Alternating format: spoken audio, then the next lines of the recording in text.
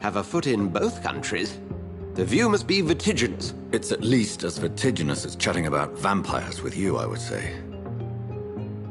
This must be all so new to you. This area of town, the hospital, a brand new life. How stimulating it must be. I wish I could share your enthusiasm, Dr. Swansea, but my condition defies scientific categorization. Undead? Unalive? Immortality defies logic. I cannot express my thrill at this serendipitous turn of events. The world's most eminent specialist in blood transfusions, a vampire. One might say a gift from heaven.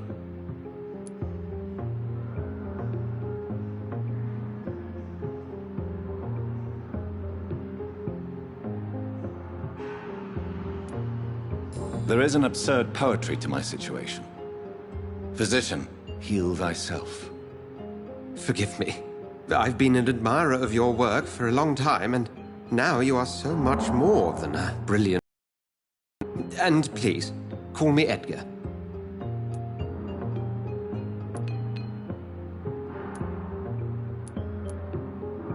There is no need to apologize, Edgar. You offered me sanctuary when I had none. Very well. I have a task for you, Jonathan. Something that will require all your newfound skills. Please, go on. The Pembroke only survives through the generosity of our benefactors. Unfortunately, our main donor has found herself in a bit of a bind. Now, if you could help her out... A spokesman or politician is what you need. That's not my calling. And until I come to understand what has happened to me, I require discretion. Discretion is in order, Jonathan. Lady Ashbury has recently received rather indelicate correspondence that, if revealed, would jeopardize her position. And you would like me to eradicate this threat? By the stole, of course not. I would just like you to pay her a visit. Her ladyship is certainly near the tents outside, tending the sick. You can't miss her. Look for someone impossibly delicate. Accepted. I'll see what kind of trouble Lady Ashbury is in.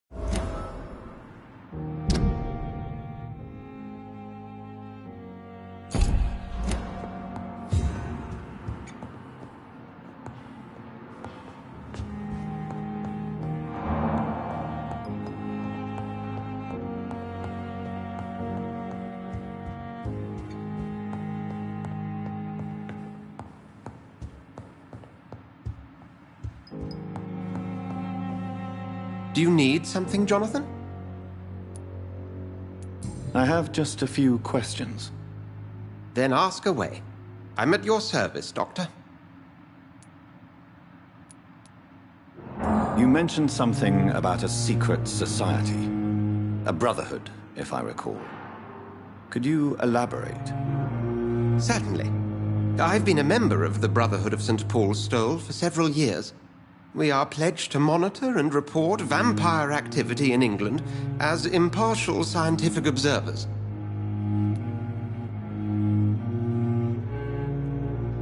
Yet you don't fear me. And still, you know the monster that lurks beneath the civilized surface. The Brotherhood has studied your kind for centuries. We believe you are as supernatural as a lion is to a gazelle. That explains your nightly wanderings about the docks and the questions you ask. I feel it wasn't mere coincidence that led us to that part of town. There was something as yet unseen that set those chain of events in motion.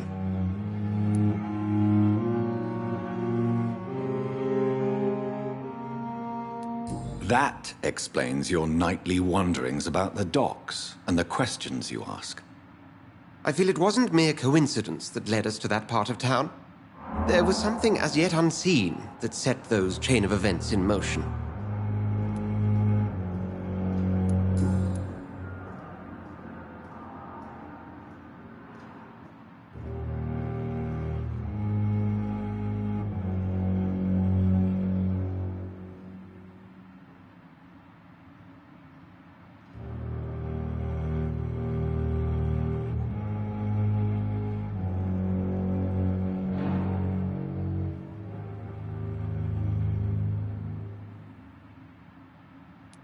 Since I'm the one working for you, what should I know about Pembroke Hospital? Well, for many years, we have been the only medical facility in this part of town that people can rely on. We support the community here, as well as provide health care.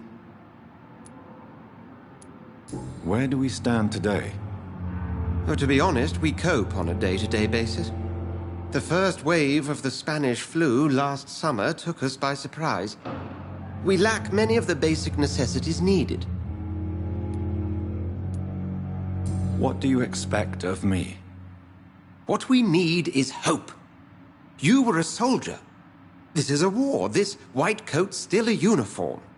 We fight to help the poor, the sick of the East End, the forgotten.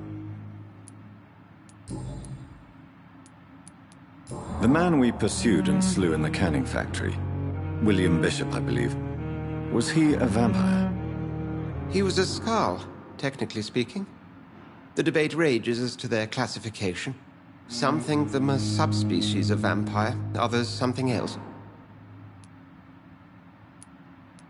Just for clarity, what differences are there between myself and a Skald? A Skald is easier to eliminate, Jonathan, even if they remain formidable foes for the unprepared. Vampires...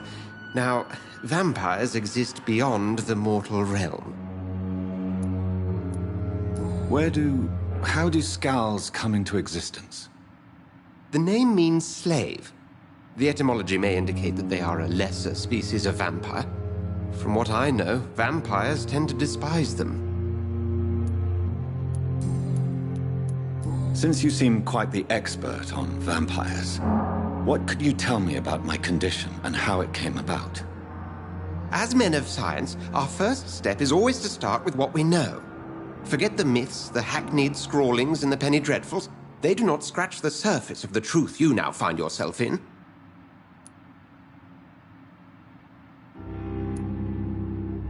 Must I take a life to live?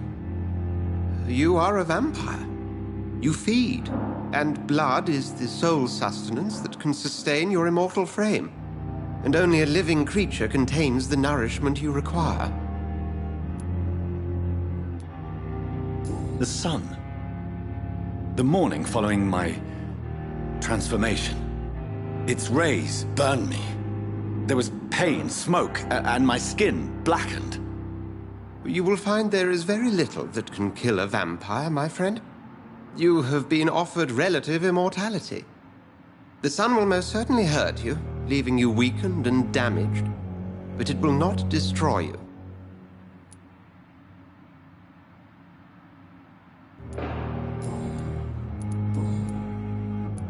We'll see each other again soon, Edgar.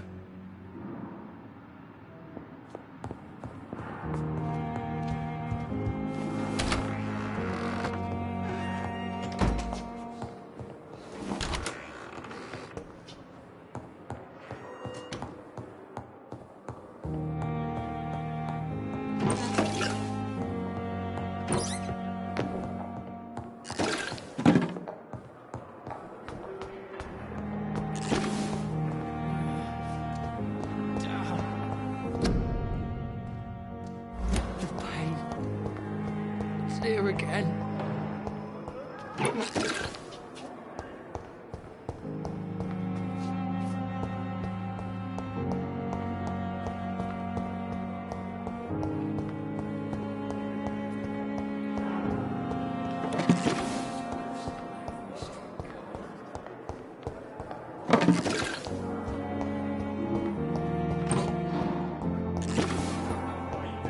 Blaming me will not further your agenda, sir. How long's it going to take to fix these problems? A month? A year? You have the right to disapprove of our methods, and you will come better.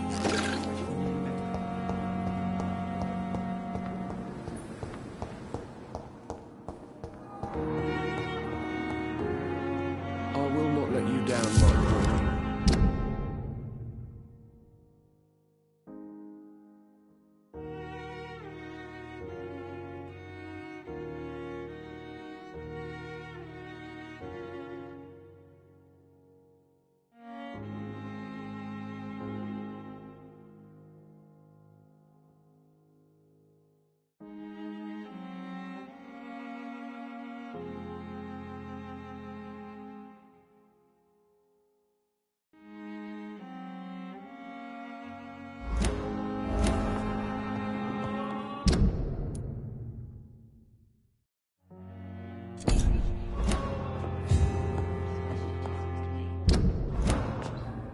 But in the circumstances, the benefit of the doubt.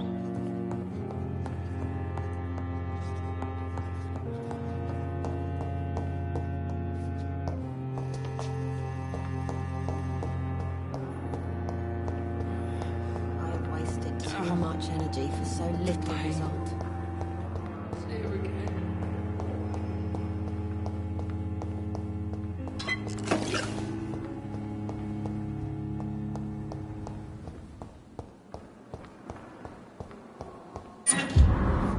It's locked up.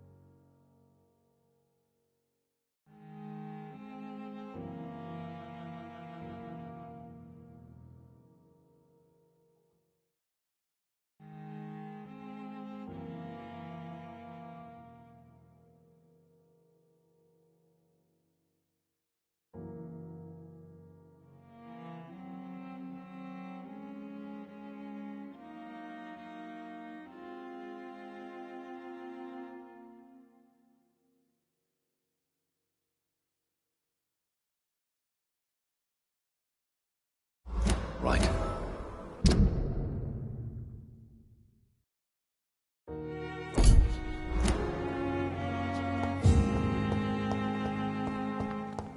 It's locked. Good evening, nurse. Good evening, Doctor. I don't think we've been introduced yet. My name is Pippa Hawkins. And I'm Dr. Jonathan Reed. Dr. Swansea has recently offered me a position in this hospital. Well, it's a euphemism that your help will be appreciated, Doctor. How would you describe the situation at the Pembroke Hospital? It's serious. The flu is wreaking havoc on patients. We are running out of everything.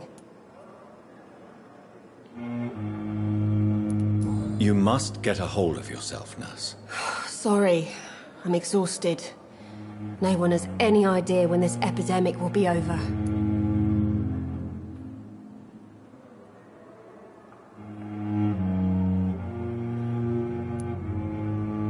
Nurse Hawkins, the Spanish flu won't last forever.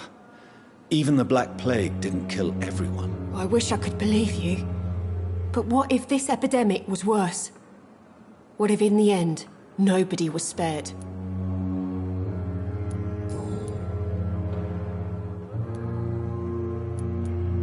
How long have you been a nurse? Well, long enough to see that the epidemic is winning.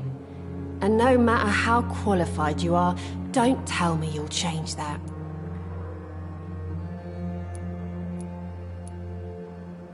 You'd be surprised what dedication can achieve, Nurse Hawkins. In medicine, sometimes we're just a test result away from a miracle. Sorry, Doctor. I don't want to sound bitter, but I'm just too tired to give a pep talk like Nurse Brannigan.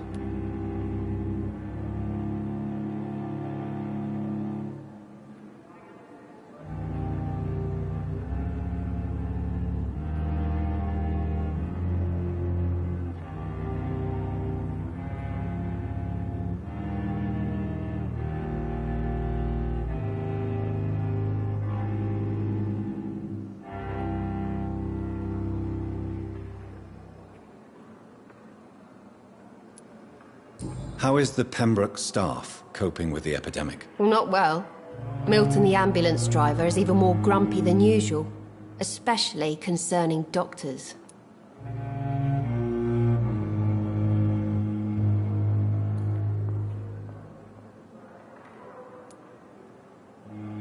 Why is Milton grumpy on a daily basis? Is it just an act? Milton's not the kind of man who's bothered about a bad reputation, whether he deserved it or not.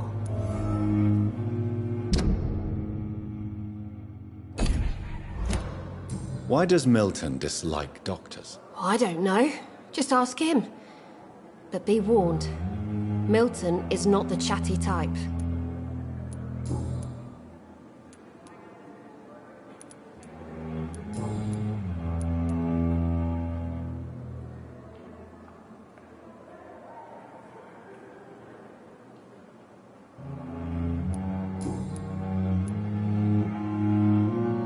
Pepper, are you sure you want to leave this hospital? To become a nurse was a little girl's dream.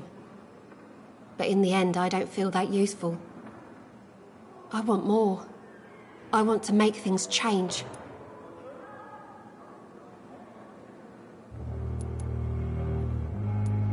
You should be proud of what you've achieved.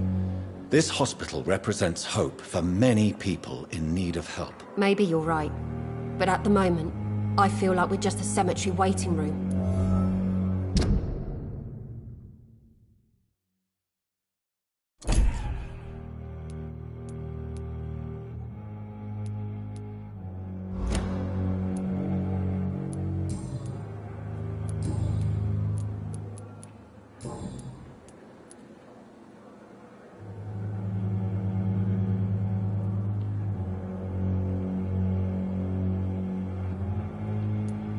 Goodbye, Nurse Hawkins.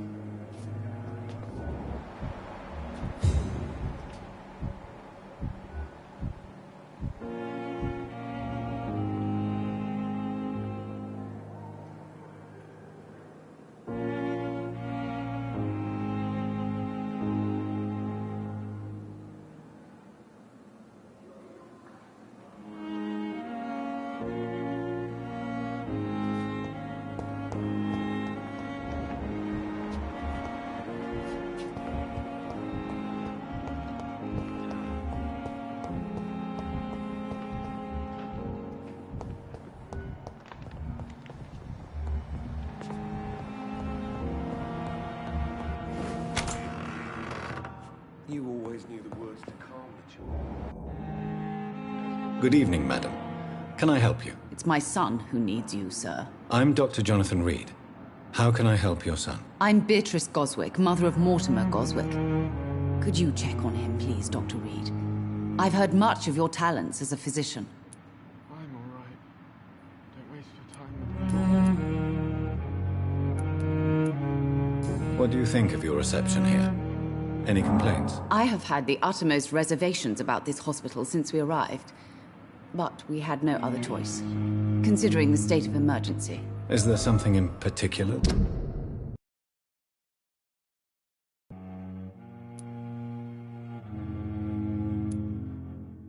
That's bothering you? Some of the staff were not especially welcoming. I suspect they're not accustomed to dealing with patients of such social standing.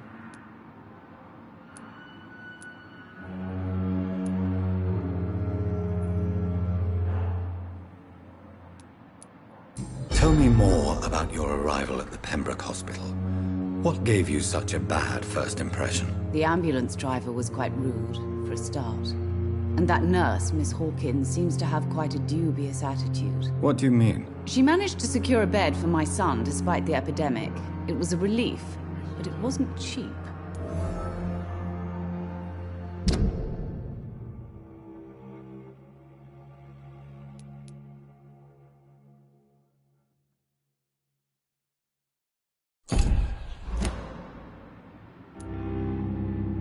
She charged you for a bed? Yes, and I paid without question, considering the urgency of the situation. I share your concern, Mrs. Goswick. Be sure that I'll talk to the people involved. I don't expect compensation, Dr. Reed. But I'm aware such behavior would not be tolerated in other hospitals.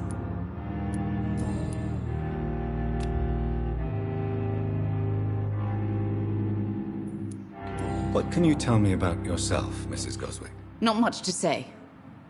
Just take care of my Mortimer and I'll cover all the expenses. That's all that matters. Are you really that rich? Most of the patients here are of a more humble origin, if I may say so. Yes, thanks to my husband. May he rest in peace. I can cover any needed medical expenses.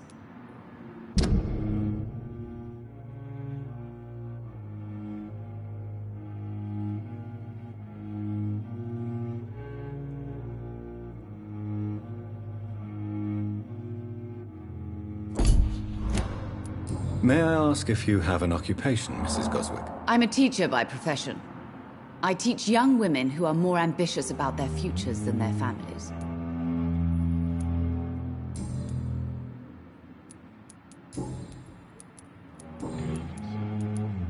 Your son wished to die, Beatrice.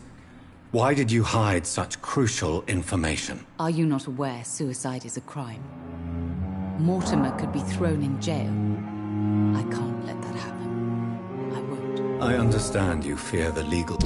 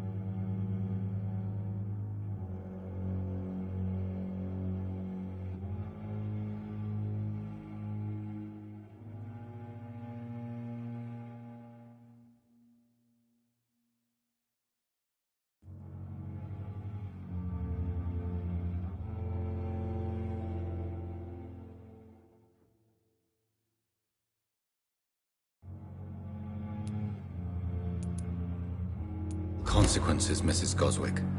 But don't you realize your silence significantly affects your son's case? All my son needs is help and comprehension.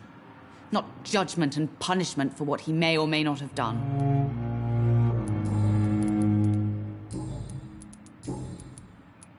Have you heard rumors of blackmail going on in this hospital? Dr. Reed, are you trying to take advantage of me? Of course not, Mrs. Goswick. I'm just curious. Well, go be curious somewhere else, please. Goodbye, Mrs. Goswick.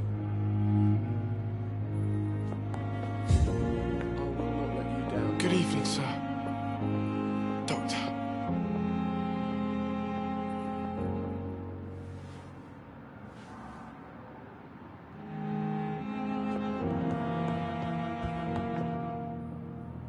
You always knew the words to calm the children, Helen.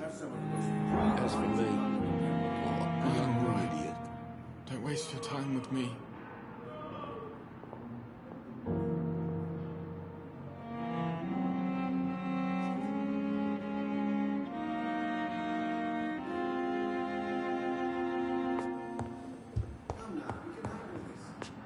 Good evening. I'm Dr. Reed. Can I... Why are you here, then? I don't want to talk. My throat hurts too much. I suppose that this pain is the reason you're here.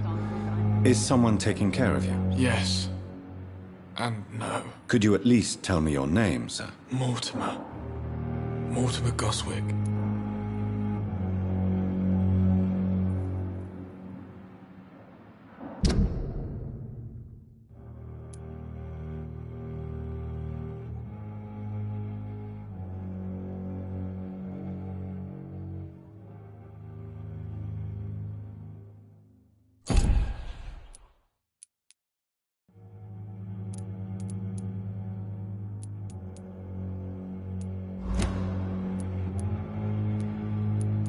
I have to go now, sir.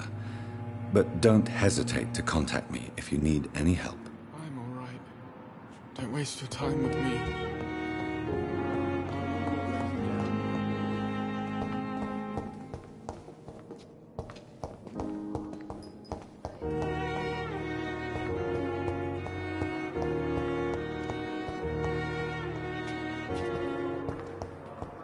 Fear and disgust on every street corner. Good evening, sir. Can I help you? Unless you're here to fix my face. No. I don't think you can help me. I'm Dr. Reed. I've recently taken the position of head surgeon here. War injuries, am I right? You guessed right, Doctor. German shell took my pretty little mug right off. But they still call me Thomas Elwood.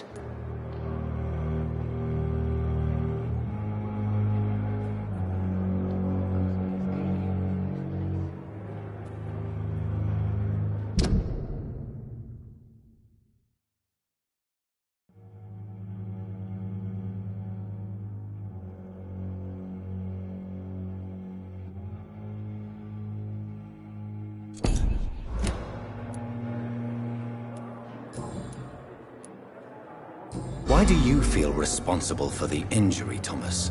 What really happened? I wasn't disfigured by any German shells. It happened during my leave. It was an accident. Tell me what really happened then. I went with a whore in Rouen. Dead drunk I was. The hotel was a shithole. There was a fire that night. Did you start the fire?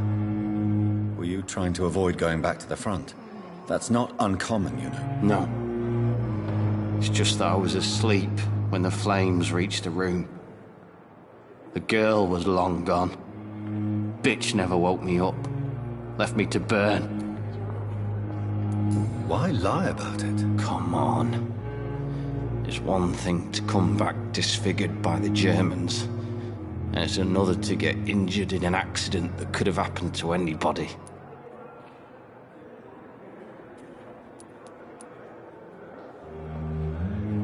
Beauty is not everything, Mr. Elwood. Says Mr. Pretty Face.